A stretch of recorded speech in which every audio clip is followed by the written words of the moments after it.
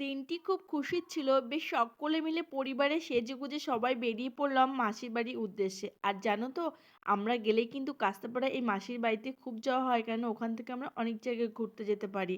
আর দেখো এদিকে ছেলে বর সবাই রেডি হয়ে গেছে আর আমরা সকলে মিলে বেরিয়ে পড়েছি। ওয়েদারটা খুবই ঠান্ডা ছিল, কিন্তু কোথাও যাওয়ার একটা আনন্দ থাকলে কিন্তু খুবই ভালো লাগে। আর পরিবারের সকলে বেরোলে তো একসাথে খুব খুব নিশ্চিন্তা হওয়া যায় যে না, আমার পরিবারটা পুরো সাথে আছে। যাই হোক, বাসের মধ্যে উঠে পড়েছি গাড়িতে, আর তোমাদের সাথে ভিডিও দেওয়ার জন্য কিন্তু ভিডিও ক্লিপগুলো নিয়েছিলাম। একটা অভিজ্ঞতা তোমাদের সাথে আজকে এই ভিডিওতে শেয়ার করব।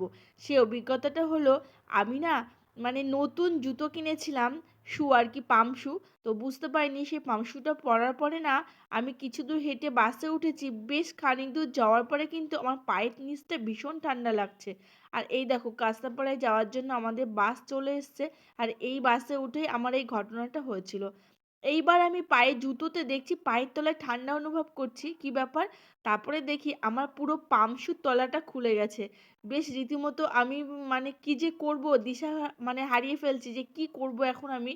তারপরে আমার না, এখন তো যেহেতু শীতকাল, ঘরে পরা ঠান্ডা একজোড়া জুতো নিয়েছিলাম আর কি, ঘরের মধ্যে পরবো ওখানে গিয়ে ঠান্ডায়, সেই ব্যাগে ছিল।